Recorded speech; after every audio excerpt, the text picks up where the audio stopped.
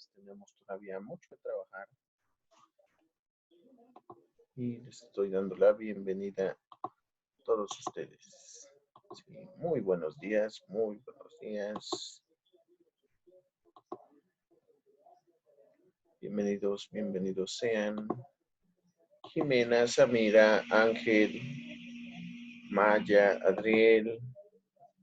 Estábamos trabajando con nuestro cuento y vamos a continuar el viernes, pero ya vimos que, pues, un pequeño receso bien merecido para todos con motivo de la fecha, ¿no? Pero aquí estamos.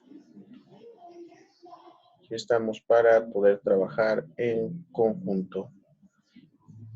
Sí, espero sí hayan avanzado, espero hayan hecho sus avances. Es importante para que puedan hacer una entrega en tiempo y sobre todo en forma. No tomen a la ligera este tipo de actividades. De pronto decimos, ¿y a mí de qué me sirve escribir ficción? Ya vimos que tiene muchos elementos, muchas funciones que nos permiten, pues, trabajar en nuestra salud emocional. A veces las frustraciones, algunas experiencias traumáticas, algunas fijaciones en la misma terapia te piden que escribas un cuento. La literatura es terapéutica, la creación literaria es terapéutica. Te permite trabajar muchas cosas que incluso tú ni sabías que tenías, ni sabías que existían en ti. Y por tanto, pues es recomendable pues seguir estas clases, ¿no? Además de que, claro, está trabajar en creación literaria te permite mejorar tus técnicas de redacción, de argumentación también. Se nos están conectando más. Doy la bienvenida a Edith. Saraí parece que tiene algún problema de conexión, pero pues ahorita poco a poco se nos van agregando, ¿sí? Recordemos, ya habíamos establecido nuestro leitmotiv. Nuestro leitmotiv era precisamente pues, la contingencia. Queremos hacer un cuento educativo y el tema de nuestro cuento educativo es precisamente la contingencia. ¿Qué podemos aprender de la contingencia? Hay muchísimas cosas. Espero ustedes ya hayan marcado bien cuál era. Tiene que ser, pues, digamos, el tema en sí tiene que ser explícito. La enseñanza no tanto, recordemos, no es una fábula. La fábula, la enseñanza era muy clara y la hacíamos a través de la moraleja. Aquí no, aquí lo vamos a hacer implícitamente. Es importante que tus personajes estén muy bien establecidos. Recordemos que debe tener una mentalidad, una emocionalidad, y a partir de ello vamos haciendo su conducta y por último su físico. Es interesante que Netflix, estos días muchos están con que, profe, vea películas en Netflix y series en Netflix. Y sinceramente, le tomé la palabra a algunos de ustedes y pues me llevé muchas decepciones porque a veces me pregunto, ¿les pagan por escribir eso?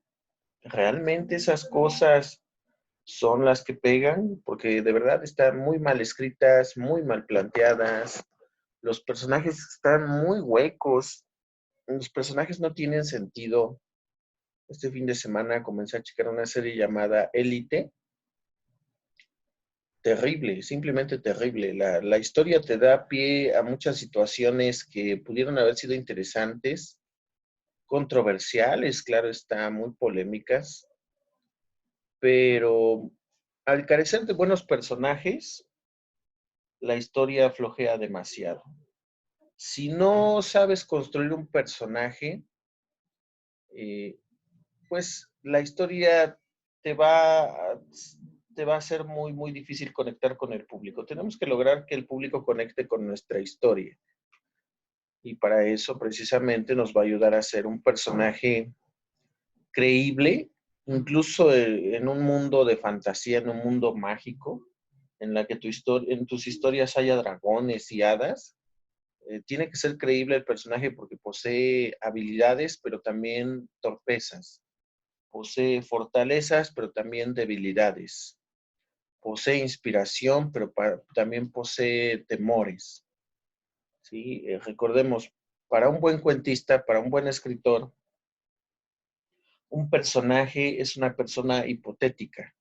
Es alguien que podría existir. Es alguien que, más allá de las normas de lógica y de razonamiento que tenga nuestra historia, es un ser que nosotros podríamos decir que existe. ¿Sí? Entonces, vamos a tener todavía una semana para poder trabajarlo, pero sí me gustaría que se dedicara muy bien a ese cuento, que ustedes se expresen a través de ese cuento. Es muy triste, les digo que pues estas series de streaming, ya me había tocado ver también unas de Amazon Prime, en Hulu, en Claro Video. Claro Video todavía lo tengo porque pues, es gratis, ¿no? Y definitivamente me sorprende. Hay una escritora que se llama Elena Santibáñez, se la recomiendo, búsquenla. En su página en Facebook, su espacio en Facebook se llama La Tela de Penélope, Elena Santibáñez, que decía que efectivamente parece que en la creación literaria, al menos la creación literaria de personajes de televisión, de series de streaming, de películas, de pronto se le halaga más al escritor flojo, al que no procede, no reflexiona sobre sus personajes. Alguien dirá, bueno, entonces que para triunfar tengo que escribir ese tipo de series. Puede que sí, puede que no, porque también me ha tocado ver que hay series de televisión, películas muy bien escritas y que tienen un éxito comercial increíble. O sea, no, la fama no es como que tienes una fórmula. O sea, de pronto a la gente sí le gustan las buenas historias. Pero yo creo que sobre todo si vas a hacer cualquier cosa artística, llámese cuento, llámese novela, canciones, llámese lo que se llame, pinturas, esculturas, tienes que hacerlo de forma auténtica. Es decir, tienes que hacerlo por ti, tienes que hacerlo porque en verdad nace de ti. El leitmotiv es la esencia de la creación artística. Entonces, ustedes, a través de este cuento, sean auténticos, ¿sí? Creen historias que valgan la pena, creen historias que de pronto, pues no sabes, a lo mejor encuentras estos días una convocatoria y te inscribes a un concurso de cuento. Ahorita hay muchos. Dice Derek, ¿puede venir algo como chistoso? Sí, eso ya es tu estilo. Recuerda que en tu estilo sí puede ser un poquito satírico, paródico. O sea, Derek nos hace esa pregunta, que si en su cuento puede venir algo chistoso. Sí, pueden usar un estilo burlesco, un estilo de broma, o sea, eso ya es de su estilo. Sí, nada más que cuiden mucho su léxico, son estudiantes de bachillerato, sean creativos, cualquiera puede hacer fácilmente una leperada, hay que ser creativos hasta para eso, sí, hasta para usar un lenguaje, pues no vulgar, sino un lenguaje, digamos, un poquito más transgresor. Cualquiera puede poner una grosería, no, hay que saber utilizar las palabras. ¿No? En clase ya les he dicho que el insulto, el mejor insulto es el elegante, el fino, el irónico, no el sarcástico, ¿no? El sarcasmo también de pronto, aunque también es elegante, la ironía es lo más elegante, es el insulto más elegante que puedes encontrar. De hecho, los personajes irónicos a veces son los más difíciles de escribir. Muy bien, ahí ya tenemos nuestros personajes y recordemos ir resaltando todas las tramas principales de nuestro cuento. Es decir, aquí, por ejemplo, tengo las 4. Mi protagonista va a llegar a un centro de adiestramiento y va a conocer a un personaje llamado Eva. En mi nudo, es importante, esto lo vamos a ver más adelante, tenemos que ir armando de forma natural la historia. que no se sienta forzado, que no parece que fue improvisado. Las cosas tienen que seguir un cauce natural, como la vida misma, ¿no? Eh, de pronto alguien decía, no, pero yo quiero bajar de peso, ¿no? Supongamos, yo quiero bajar de peso. Ah, bueno, sí, para bajar de peso tienes que día a día llevar una alimentación sana, una alimentación adecuada, hacer ejercicio, relajamiento, dormir bien tus horas. No, pero yo quiero bajar de peso fácilmente. No, no. Si tú quieres bajar de peso es un proceso. Pues es igual una historia. Si tú quieres que suceda algo en esa historia, tienes que marcar los elementos ordenados para que esto suceda naturalmente. Decía un compañero, es que nadie se enferma por arte de magia, todo tiene un motivo. Pues sí, todo tiene un motivo. La alimentación, la disposición genética, la calidad del sueño, la calidad de vida, la calidad del aire, o sea, todo. Es igual una historia. Una historia, el desenlace no debe surgir de la nada. El desenlace surge a partir del planteamiento. Por eso veíamos en el hilo argumental, desde un principio establece dónde empieza y dónde termina la historia. ¿Sí? En este caso, ¿dónde empieza? En que Adán llega a conocer a un personaje llamado Eva, se va formando una relación entre ambos, una relación de amistad, y posteriormente esa relación de amistad tiene una prueba, que es donde vamos a poner a Eva en peligro, y que juntos, ayudándose, superan esa prueba, ¿sí? Que tiene que ser de esta forma, fluida. ¿Qué pasa? Que de pronto, en películas sobre todo, también en series, hay una cosa que se llama La Casa de las Flores. Yo veía que ya iba en la tercera temporada.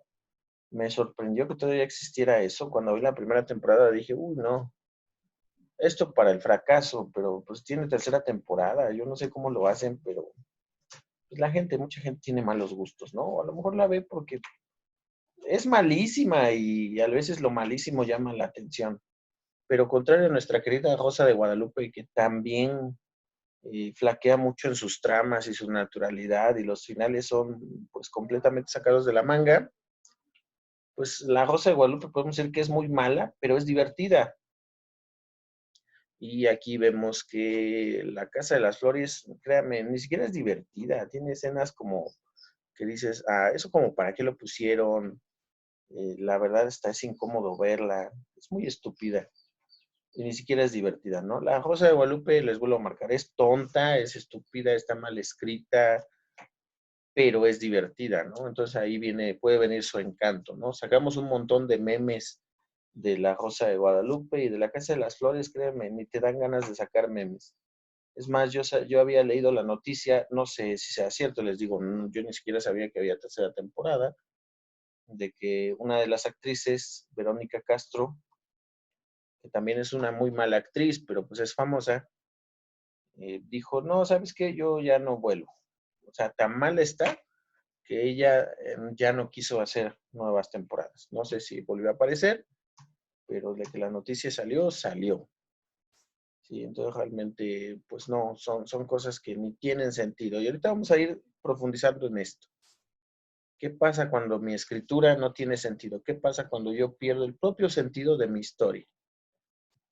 Sí, ya sabemos que tenemos que establecer el tipo de narrador. Yo voy por un omnipresente, una tercera persona que va a estar en todos los lados que necesito que se cuente la historia. Ustedes lo pueden hacer como ustedes quieran, ¿no? ¿Qué tipo de narrador quiero? Primera persona es uno de los que de pronto algunos de ustedes prefieren.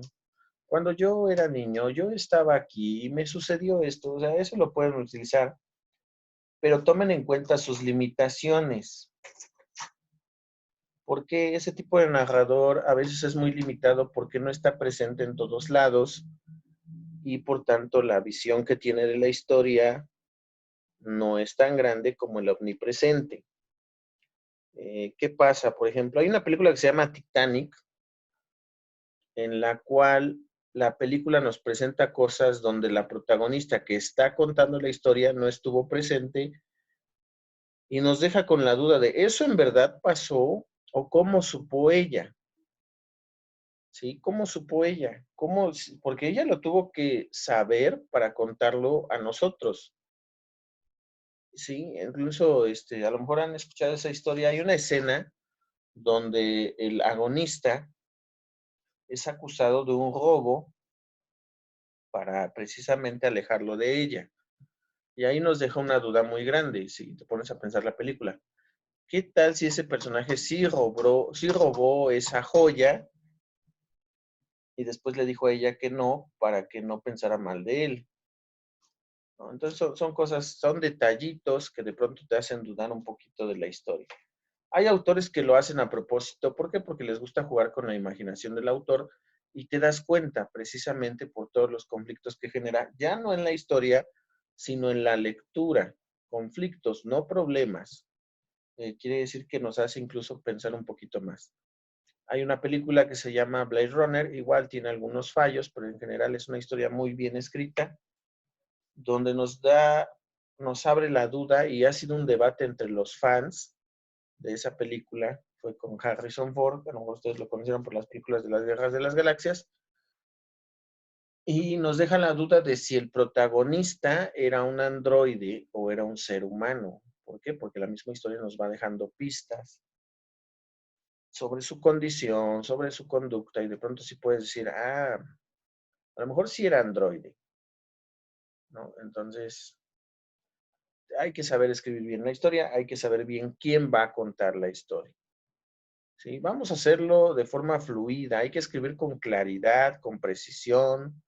Acuérdense mucho de las normas gramaticales, acuérdense de los tiempos verbales, recuerden bien los signos de puntuación. Los signos de puntuación van a ayudar muchísimo a que se entienda la historia. Les repito, de pronto a mí me toca revisar cuentos para concursos y no se les entiende, no comprendo su planteamiento. Y actualmente ya se nos pide entrevistar a los autores, antes no, antes te llegaba el cuento y cumple, va. Pero pues los tiempos cambian, hay mayor interacción por redes sociales y pues obviamente ya puedes contactar al autor y me sorprende que cuando les haces observaciones sobre ellos se enojan. Hay mucha gente que se enoja si le toca su cuento, ¿no? Si le dices, oye, ¿sabes qué? Es que yo creo que si usaras comas, si usaras puntos, no, pero es que yo escribí así como me salió. Sí, está bien, ustedes empiezan a escribir así como les salga, ¿no?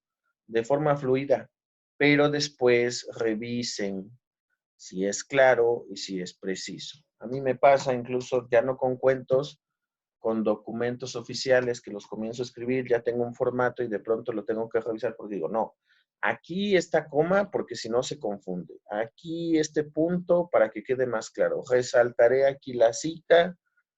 ¿Sí? Entonces tenemos que ir leyendo constantemente lo que escribimos para irle dando no sentido, sino nuestro sentido, para ir llevando la historia hacia la forma que queremos llevar. Mucho cuidado porque recordemos que de no hacerlo bien, la gente podría interpretar otra cosa. ¿Sí?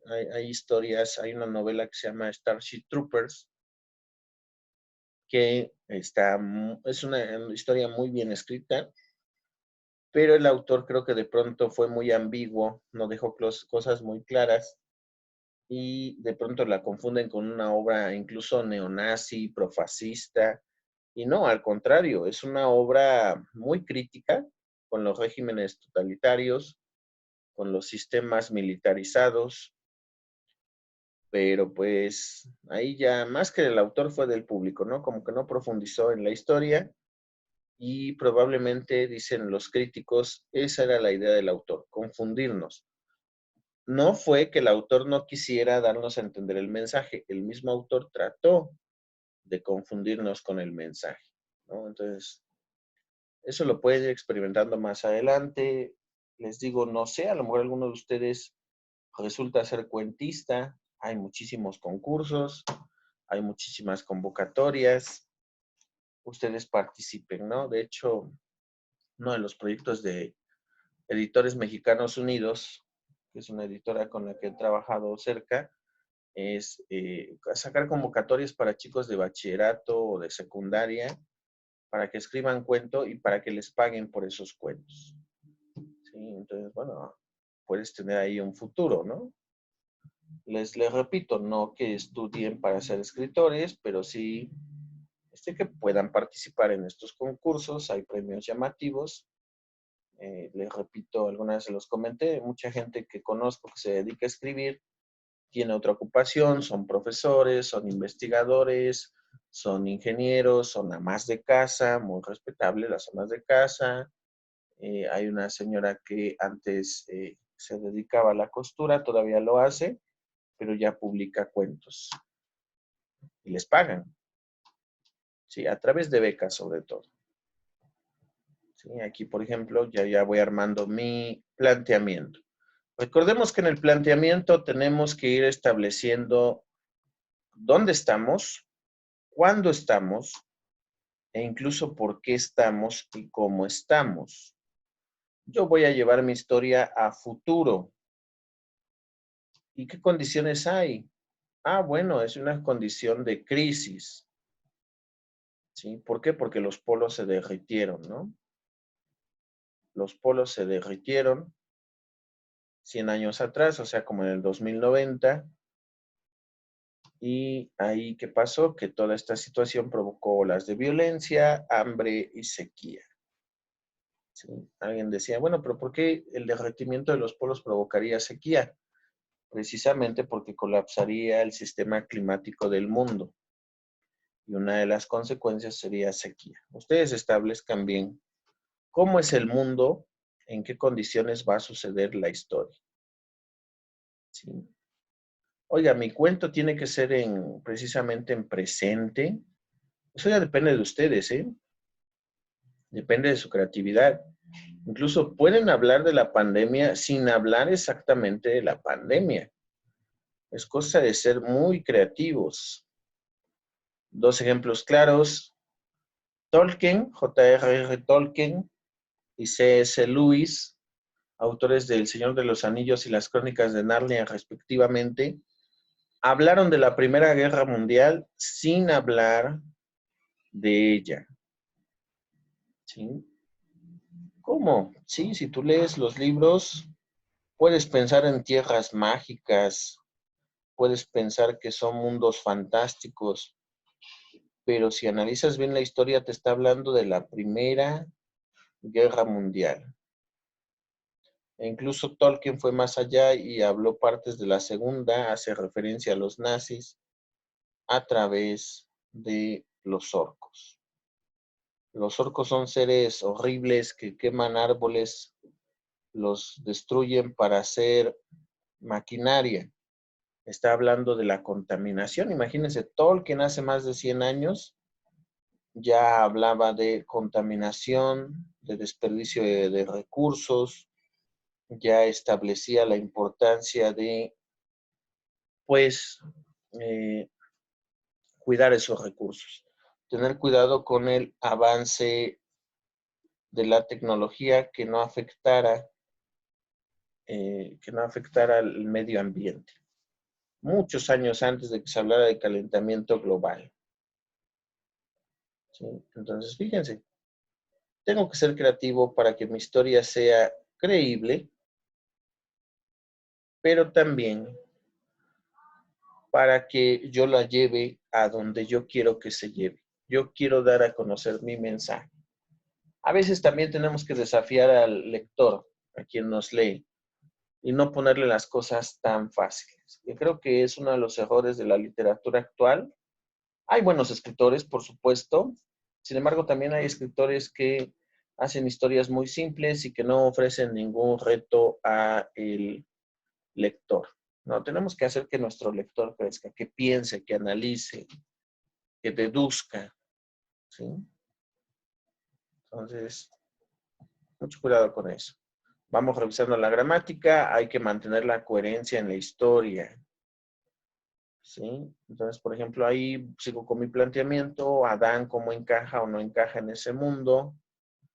Recuerden que Adán va a ser un personaje débil en mi historia, un personaje que no, su debilidad proviene precisamente de que él no funciona en ese mundo. Él es un humanista en un mundo en el cual el humanismo ya no funciona, incluso casi lo prohíbe.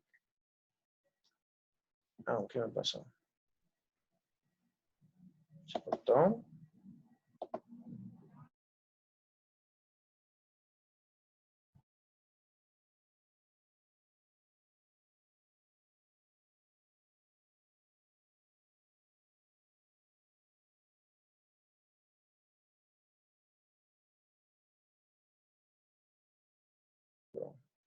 Ahí estoy. Una disculpa grande, no sé qué habrá pasado. Internet falla. Ya no me había fallado. Una disculpa muy grandota, me corté de pronto, aquí estamos, ¿no? Entonces les decía, vamos a mantenernos naturales sobre nuestra historia. Perdón si de pronto nos desconectamos un poquito. Creo que el internet de pronto falla por aquí. Espero se solucione. Entonces, mucho cuidado, ¿no? Tenemos errores al momento de escribir, por supuesto. Recordemos, hay que ser naturales entre la transición de tramas, que no las cosas no sucedan porque sí. Si vamos a poner un romance, eso es algo importante, establezcanlo desde un principio. Oye, ¿sabes qué? Me interesa que estos personajes se enamoren y sean novios y se casen y sean felices. Ok, está bien, de acuerdo, pero vayan construyendo la relación. Pues, no, no sé realmente qué esté pasando. Espero que no sean ustedes, ¿verdad? No, es eso, ¿no? Les decía, vayan construyendo la relación. Si voy a hacer que mis personajes se enamoren, si voy a hacer que mis personajes establezcan una amistad, si voy a establecer que sean mejores amigos, que se casen, voy a tratar de que eso se vea realista, que eso sea lo más claro posible, que eso sea lo más natural. Sí hay muchas historias que de pronto dicen, no, y de pronto se enamoró de ella, o de pronto se enamoró de él. Hay una película que mi generación celebra mucho. Yo pensaba que estaba basada en un libro, pero no. No está basada en ningún libro, pero sí se plagia cosas de otros libros. La película se llama Matrix. Véanla, es un documento interesante de lo que pensábamos a principios de milenio sobre lo que sería el futuro. Y hay una escena, o sea, la historia va bien, digámoslo, hasta que llega un punto en el que en una escena donde dice, oh, Trinity, y tú te enamoraste del elegido. Y todos nos quedamos de, sí, se enamoró del elegido, ¿cuándo? Y dice, oh, sí, y por eso lo voy a besar como si fuera el bello durmiente, y lo besa. Y todos nos quedamos como, pero ¿por qué? ¿Y por qué ese beso? Incluso tú ves el beso y está muy mal actuado. Keanu Reeves, aunque es un actor muy genial, todo lo que quieran, está de moda, véanlo actuar, actuó horrible. O sea, en la película de Drácula de Francis Ford Coppola no le crees. En ninguna, yo creo, pienso que como androide sí la haría muy bien. Hay una película donde hace de androide o algo así, y sí se la crees porque sí parece una máquina. Pero en esa película dices, ay, Trinity, ¿cuándo te enamoraste de Neo? ¿En qué momento surgió ese amor? Donde dice, sí, es que estoy plenamente enamorado de ti. La oráculo, la divina de la historia, porque la historia tiene una divina, me dijo que me iba a enamorar del elegido. Y entonces decimos, pues, a lo mejor porque ese oráculo lo vio venir, pero nosotros no, pues, realmente no sabemos cómo se enamoraron, no sabemos ni por qué se enamoraron. Y es porque existen errores en las historias que en lugar de mejorarla, la empeoran. ¿Sí? Entonces, ¿cuáles son esos errores? Les voy a marcar los tres principales, los que quiero que eviten para que ustedes entreguen un buen trabajo. El primero es el agujero argumental.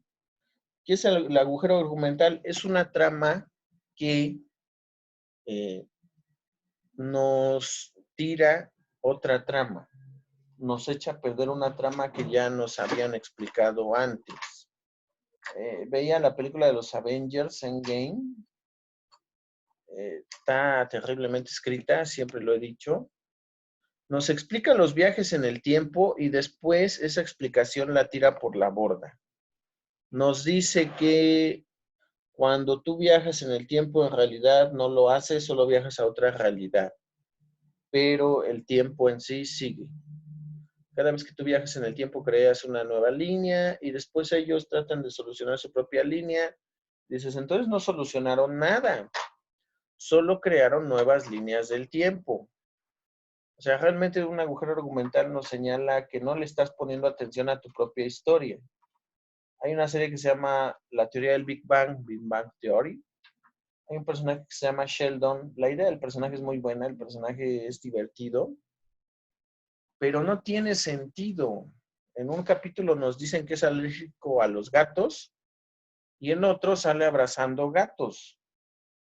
En un capítulo nos dicen que el personaje tiene un sistema de strikes y al otro capítulo ya no los tiene. O sea, le pones características al personaje y después se las quitas. Es un agujero argumental. Tienes que ser constante en las cosas que pones sobre tus personajes. Tienes que ser constante de lo que van a hacer y por qué lo van a hacer. Si tú estableces una norma, respeta esa norma. ¿Sí? Es importante, es como si yo les dijera, en el año 1190 no había agua y los personajes se fueron a nadar. Dices, no que no había agua potable, no, pero es que se fueron a nadar en agua de mar. Pero tú nos dijiste que el agua está muy contaminada. O sea, ¿cómo pueden irse a nadar? No tiene sentido. En los Juegos del Hambre, la serie de novelas, las películas no las vi, no los voy a engañar, las películas no las vi, no sé si solucionaron eso en las películas. Nos dice que no hay comida y hay personajes obesos. ¿Cómo es posible? No, es que hay pasteleros. Si no hay comida, ¿cómo es posible? No tiene sentido. ¿Sí? Tienes que evitar los agujeros argumentales. Los agujeros argumentales son cosas que dices, es que esto no tiene sentido. No por el mundo real en sí, sino por el mismo mundo que tú estás explicando. El mismo mundo que tú estás creando, lo estás traicionando. Le pasa mucho a la autora de Harry Potter, igual ella viola sus propias normas. No, tenemos que mantener nuestras normas, son nuestras normas, nosotros las hicimos, nosotros con mayor razón las respetamos. Vamos terminando. El Dux Ex Machina. ¿Qué es el Dux Ex Machina? Ese recurso es lo que llamamos un giro de tuerca inesperado, es un giro de trama sacado de la manga, es algo que carece de sentido porque se ve forzado. En la película de Endgame, los que no la han visto, siento mucho si les arruino la película, pero hay que decirlo, la película se arruina sola. Eh, hay un personaje que está atrapado en una máquina, para salir de esa máquina necesita una contraseña, está como en otra dimensión, y una rata escribe, qué casualidad, exactamente la contraseña. Un Dux Ex Machina es algo que hace que tú como lector, como espectador digas, ay, da la casualidad, ¿sí? O sea, mi personaje nunca antes había disparado un arma y de pronto, ¡pum!, latina a todo. Entonces dicen, qué casualidad, ¿no? Sí, eso es un Dux Ex Machina. Y créanme, habla de una escritura malísima, habla de una escritura floja. Algo así como que el bueno va perdiendo y de pronto, ¡pum!, descubre que tiene poderes. Y dices, pero ¿dónde lo sacó? Las últimas películas de la Guerra de las Galaxias, yo no soy fan de la Guerra de las Galaxias, pero pues tenían su encanto las películas. La última, la Guerra de las Galaxias, bueno, las últimas tres no tienen sentido, tiene muchos agujeros de guión, tiene muchos agujeros argumentales y tiene muchos Dux Ex Machina. Cosas que de pronto dices, oh, y de pronto es nieta de, y dices, oh, y da la casualidad, ¿no? Entonces no tiene sentido. Y eso nos lleva al último error. El Mary Stu, Mary Sue, Gary Stu. ¿Qué es eso? Son personajes perfectos. No tienen defectos, no tienen debilidades y todo lo pueden hacer. Saben hacer de todo. Ese tipo de personajes son los peor escritos en la historia de la literatura. Si tú analizas a los personajes clásicos de la literatura, por ejemplo, yo pienso en Jo March, de la novela Mujercitas. Jo March es un personaje fuerte, sí, pero también tiene su lado vulnerable. Es uno de los primeros personajes feministas, es una chica inteligente, pero también es una chica caprichosa. Es una persona que trata de ver más allá de lo físico, pero también tiene aspectos superficiales. Y me gusta mucho ese personaje porque es un personaje que a ti te gustaría que fuera parte de la vida real, para que fuera tu amiga. Y sabes que chocarías mucho con ella, pero sabes también que haría muy buenas amistades, haría muy buena conexión. En cambio, pensemos que Joe March no tiene debilidades, es perfecta, todo le sale bien. La gente se aburriría de ella. El personaje de Rey de la Guerra de las Galaxias es una Mary Sue, no tiene defectos y resulta ser aburrida. O sea, en la historia no te emociona, no te genera interés. Créeme, hay historias, por ejemplo, veía la Capitán Marvel, malísima, muy mal escrita. Evítense esos tres errores, ¿sí? Entonces, por favor, su cuento lo vamos a entregar el 25 de mayo. Hay que incluir las 4 tramas: planteamiento, nudo, clímax, desenlace. Recordemos, tiene que salir con naturalidad. Vamos a evitar esos 3 errores. No quiero agujeros argumentales, no quiero Dux Ex Machina, no quiero personajes Mary Sue, Gary Stu. Revisen mucho su ortografía y recuerden, debe tener una función pedagógica, debe darnos un mensaje educativo, una enseñanza. Y nuestro tema es la contingencia por el COVID. ¿Sí? No lo olviden, es para el 25 de mayo, todavía tienen una semana. Extensión. Mientras cubra las 4 tramas, no importa la extensión. Mientras cubra esos requisitos, esos 6 requisitos, no importa la extensión. Se me hace ilógico pedirles, ¿saben qué? Extensión mínima 10. Y a lo mejor Derek nos cuenta la historia perfectamente en 3 páginas. O en una. A lo mejor Derek resulta ser un buen escritor de microcuentos. No lo sabemos. Pero sí que incluya las 4 tramas. ¿Sí? Que no tenga esos errores, no hilos argumentales, no Dux Ex Machina, no Garistus, Merisus. ¿Sí? Chequen bien la ortografía, chequen bien su gramática para que se entienda su historia.